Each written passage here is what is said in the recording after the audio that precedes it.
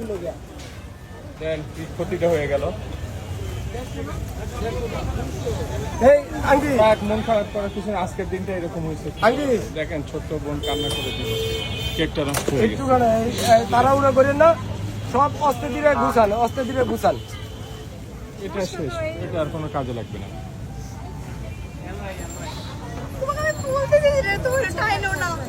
আপনার বলতে আছে টাইম নেন না, টাইম নেন না। এত ভয় পাওয়ার কি আছে? ওরা আসছে, ওরা বাসা ওরা দিয়ে তো চলে যাবে। টেবিল ফালাই দিতে আছে না, দেখতেছে আমরা বুঝাইতে আছি। আর বেশি বুঝতে পারে।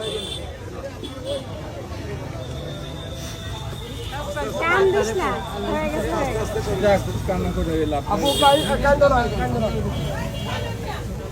এখন আপনি ডাক্তার বুঝি সব বুঝাইতে আছি।